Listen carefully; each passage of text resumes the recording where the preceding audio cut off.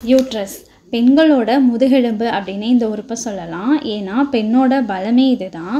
இந்த உறுப்பு வீக்காச்சு அப்படின்னா ஒரு பொண்ணோட லைஃபே வீக் தான். குழந்தை பிறக்கிறத தாண்டி பீரியட்ஸ், ஹார்மோன் இம்பேலன்ஸ், பிசிஓடி, வெள்ளைப்படுதல் அப்படின்னு நிறைய பிரச்சனை இந்த யூட்ரஸ் அன்ஹெல்தியாக இருக்கிறனால தான் வருது. நீங்கள் ஆக்டிவாக இருக்கணும், அழகாக இருக்கணும் அப்படின்னா ஃபர்ஸ்ட் உங்களோட யூட்ரஸ் அதாவது கர்ப்பப்பை ஹெல்த்தியாக இருக்கணும். ஸோ அதுக்கு என்னென்ன உணவுகள் உங்களோட டயட்டில் சேர்க்கணும் அண்ட் ஒரு சில டிப்ஸை பற்றி தான் இன்றைக்கி வீடியோவில் பார்க்க போகிறோம். இது பெண்ணே உனக்காக சீரீஸ் எபிசோட் 2. முதல்ல ஒரு யூட்ரஸ் ஹெல்த்தியாக இருக்க தேவையான நியூட்ரியன்ஸ் பற்றி ஃபஸ்ட்டு பார்ப்போம். Folic acid, vitamin E, vitamin C, iron, omega 3 fatty acid, இந்த நியூட்ரியன்ஸ் எல்லாமே கர்ப்பப்பையோட ஆரோக்கியத்துக்கு ரொம்ப ரொம்ப முக்கியம். ஸோ இந்த நியூட்ரியன்ஸ்லாம் அதிகம் இருக்கிற உணவுகள் அப்படின்னு பார்த்தோம்னா முதல்ல இடத்துல கீரை தான் இருக்குது. ஸோ கீரை வகைகளை எவ்வளோக்கு எவ்வளோ நம்மளோட டயட்டில் சேர்த்துக்கிறோமோ அவ்வளோக்கு அவ்வளோ எல்லா வியாதிகளும் நம்ம உடலை விட்டு வெளியே போயிடும். ஸோ வாரத்துக்கு 2 தடவையாவது அட்லீஸ்ட் ஒரு தடவையாவது கீரை உங்கள் டயட்டில் இருக்கிற மாதிரி பார்த்துக்கோங்க. ரெண்டாவது நட்ஸ் அண்ட் சீட்ஸ். நட்ஸ் அப்படின்னா பாதாம், பிஸ்தா அப்படி தான் சாப்பிடணும்னு இல்லை.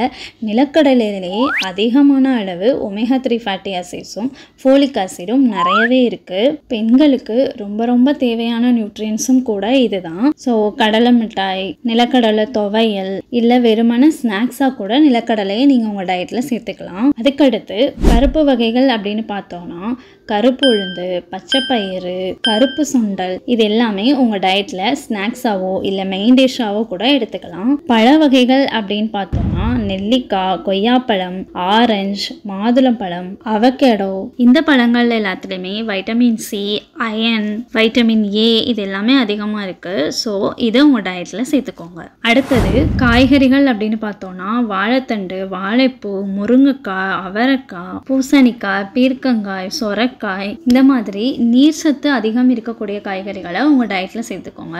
இவ்வளோ காய்கறிகள் இருக்குது.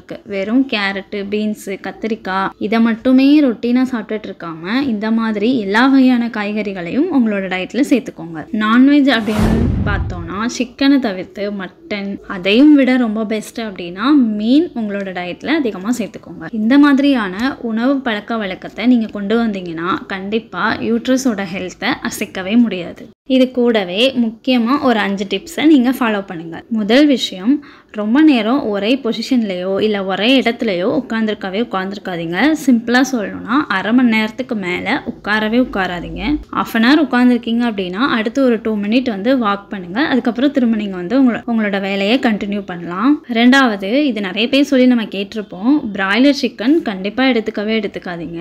அடுத்தது தூக்கம். 8 மணி நேர தூக்கம் அப்படின்றது எல்லா மனிதர்களுக்குமே ரொம்ப ரொம்ப அவசியம். ஸோ என்ன வேலை இருந்தாலும் எல்லாத்தையும் ஒதுக்கி வச்சுட்டு ஒரு 8 மணி நேரம் நிம்மதியாக ரிலாக்ஸாக தூங்குங்க. அடுத்தது எக்ஸசைஸ். ரொம்ப ஜிம்முக்கெலாம் போய் எக்ஸசைஸ் பண்ணணும் அப்படின்லாம் கிடையாது. சின்னதாக ஒரு வாக்கிங் 20 to 30 மினிட்ஸ் ஒரு வாக்கிங் போனீங்க அப்படின்னாலே ரொம்ப ரொம்ப நல்லது. பிசிஓடி, தைராய்டு இந்த மாதிரி ஹார்மோன் இம்பேலன்ஸ் ப்ராப்ளம் இருக்கிற பெண்கள் எல்லாரும் ஈவினிங் டைமில் வாக் போனீங்கன்னா ரொம்ப ரொம்ப நல்லது. அடுத்தது மன அழுத்தம். எந்த விஷயத்துக்காகவும் எப்போவுமே ஸ்ட்ரெஸ் ஆகாதீங்க. எதுவாக இருந்தாலும் ஃபேஸ் பண்ணிக்கலாம் அப்படின்னு சொல்லிட்டு மூவ் ஆன் ஆகிருங்க. மன அழுத்தம்ன்றது உங்களை விட உங்கள் உடல் உறுப்புகளை தான் அதிகமாக பாதிக்கும் அப்படின்றத என்றைக்குமே மறந்துடாதீங்க. பெண்கள் அப்படின்னாலே இந்த கர்ப்பப்பை அப்படின்றது தான் ரொம்ப ரொம்ப முக்கியமான விஷயம். இதில் ஏதாவது ஒரு ப்ராப்ளம் வந்துச்சு அப்படின்னா நம்மளால் வேற எதை பற்றியுமே யோசிக்கவே முடியாது. ஒரு மாதம் பீரியட்ஸ் தள்ளி போச்சுனாலோ இல்லை பீரியட்ஸே வரலைனாலோ வெள்ளைப்படுதல் ப்ராப்ளம் இருந்தாலோ நம்மளால எந்த ஒர்க்கையுமே கான்சென்ட்ரேட் பண்ணவே முடியாது. ஸோ இந்த உறுப்பை நீங்கள் ஹெல்த்தியாக பார்த்துக்கிட்டீங்க அப்படின்னாலே உங்களோட என்டையர் லைஃபுமே ஹாப்பியாக இருக்கும். நீங்கள் உங்கள் கோலை நோக்கி போயிட்டே இருக்கலாம். இந்த எபிசோட் உங்களுக்கு யூஸ்ஃபுல்லாக இருந்தது அப்படின்னா லைக் பண்ணுங்கள், உங்கள் ஃப்ரெண்ட்ஸ் அண்ட் ஃபேமிலிக்கு ஷேர் பண்ணுங்கள். இதே மாதிரி அடுத்தடுத்த எபிசோட்ஸ் பார்க்கணும் அப்படின்னா சுபி ஸ்டோரிக்கு சப்ஸ்கிரைப் பண்ணுங்கள். தேங்க்யூ ஸோ மச் ஃபார் வாட்சிங்.